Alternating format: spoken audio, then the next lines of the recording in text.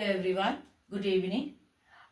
तो जैसा कि आप सभी जानते हैं, मेरा नाम है कामिनी कुमारी और मैं बेसिकली जो बोर्ड प्री बोर्ड के बच्चे हैं उनके लिए उनके क्लास 10th के पर्टिकुलरली ग्रामर के सारे टॉपिक को पढ़ाने वाली हूँ। तो आज मैं आपके सामने अपना पहला टॉपिक लेकर आई हूँ। ठीक है, जैसा कि आप लोग देख सकते हैं, हमारे ग्रामर का जो सबसे इंपॉर्टेंट टॉपिक होता है सेंटेंस। अब आपका एक क्वेश्चन होना चाहिए कि मैम ये सबसे इंपॉर्टेंट आपने क्यों कहा। बच्चों, एक बात आप ध्यान रखिए कि जब भी हम कुछ भी बोलते हैं या हम लिखते हैं या हम कहीं पर सुनते भी हैं, हमारे डेली टू डेली के लाइफ में जो भी बातें हम किसी से करते हैं वो सारे हमारे क्या होते हैं, किसी ना किसी तरह के सेंटेंस होते हैं, राइट। आधे से ज्यादा बच्चों को ये कंफ्यूजन रहता है in case of writing essay, in case of writing letter, okay. जो भी राइटिंग सेक्शन के पार्ट होते हैं बच्चों को उसमें डिफिकल्टी इसी वजह से आती है क्योंकि बच्चों को सेंटेंस फॉर्मेशन या सेंटेंस किस तरीके से बनाना है, कैसे कंस्ट्रक्ट करना है और उसको प्रेजेंट कैसे करना है, ये उन्हें नहीं आता। तो चलिए कोई बात नहीं, इसी सारी चीजों की सॉल्यूशन के लिए हम यहाँ पर मौजूद हैं और हम अपना आज का टॉपिक स्टार्ट करते हैं, सेंटेंस। ओके, जैसा कि मैंने आपको पहले भी कहा कि जो कुछ भी आप बोलते हैं, ठीक है, अब आप जब बोलेंगे तो एक जब आप सेंटेंस बोलते हैं तो उसमें कई सारे वर्ड्स होते हैं, ठीक है। अब वो कई सारे वर्ड्स मिलकर एक सेंटेंस बनता है। तो क्या हम कह सकते हैं कि सेंटेंस कई सारे वर्ड को मिलकर बनाया होता है? बिल्कुल कह सकते हैं। तो सबसे पहले तो हम इसका डेफिनेशन जान लेते हैं कि सेंटेंस होता क्या है। तो बच्चों, सेंटेंस को हम एक 2 या 4 वर्ड में डिफाइन कर देते हैं कि सेंटेंस जो होता है वो ग्रुप ऑफ वर्ड्स होता है। ओके, सेंटेंस जो होता है वो ग्रुप ऑफ वर्ड्स होता है। पहली चीज, ये पहला कंडीशन है इसका। और दूसरा सबसे इंपॉर्टेंट चीज क्या है कि ग्रुप ऑफ वर्ड्स के होने के साथ साथ ये एक एग्जैक्ट और प्रॉपर मीनिंग प्रोवाइड करता है। ठीक है, ये एग्जैक्ट और प्रॉपर मीनिंग प्रोवाइड करता है। मतलब सेंटेंस क्या है? Group of words. हमारे बोलचाल की भाषा में ग्रुप ऑफ वर्ड्स भी होने चाहिए और जो कुछ भी हम कह रहे हैं तो जिनसे हम कह रहे हैं उन्हें हमारी बात बहुत अच्छे तरीके से समझ आनी चाहिए। और यही दोनों चीजें जब पैरामीटर को हम मीट कर लेते हैं तो उसको क्या बोलते हैं? सेंटेंस बोला जाता है। ठीक है, हमने जान लिया सेंटेंस क्या होता है। अब आते हैं कि सेंटेंस किस किस तरीके से पढ़ा जाता है। आई डोंट नो कि आज से पहले आपने सेंटेंस को इस वे में पढ़ा है या नहीं। स्टिल मैं आपसे ये कहूंगी कि आपने जो कुछ भी अब तक पढ़ रखा है एक बार प्लीज उसको साइड में रखें और जिस ढंग से मैं आपको समझाने की कोशिश कर रही हूं आप उसको प्लीज समझने की कोशिश करें, बिकॉज हो सकता है कि ये तरीका आपके लिए थोड़ा अलग और नया हो। इन केस अगर इसमें कोई भी इंप्रूवमेंट की जरूरत पड़ती है, आपको नहीं समझ आता है, तो आप मुझे पर्सनली मैसेज कर सकते हैं और मुझे बता सकते हैं कि मैं आपको कहां पर एक्सप्लेन कर दूं। ओके, चलिए आगे बढ़ते हैं। तो सेंटेंस को गाइस 2 तरीके से पढ़ा जाता है। ठीक है, 2 तरीके से हम सेंटेंस को पढ़ते हैं, 1 and 2।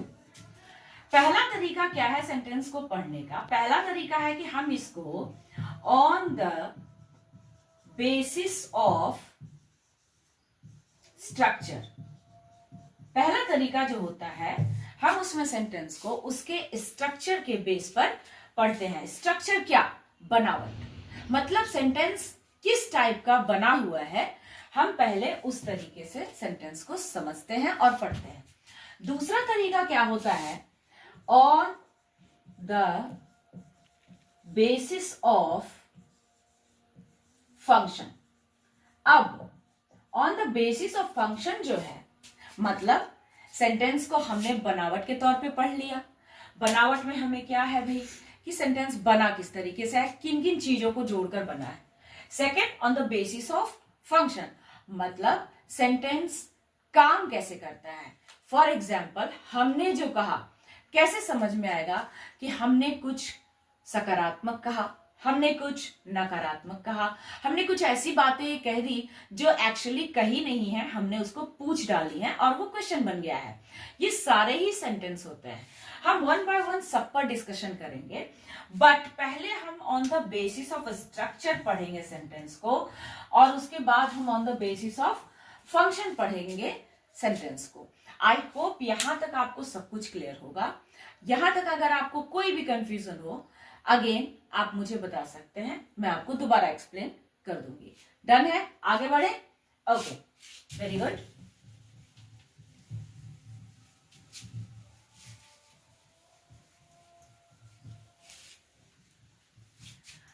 ओके, जैसा कि मैंने आपको कहा कि हम आज सेंटेंस को on the basis of structure पढ़ेंगे। On the basis of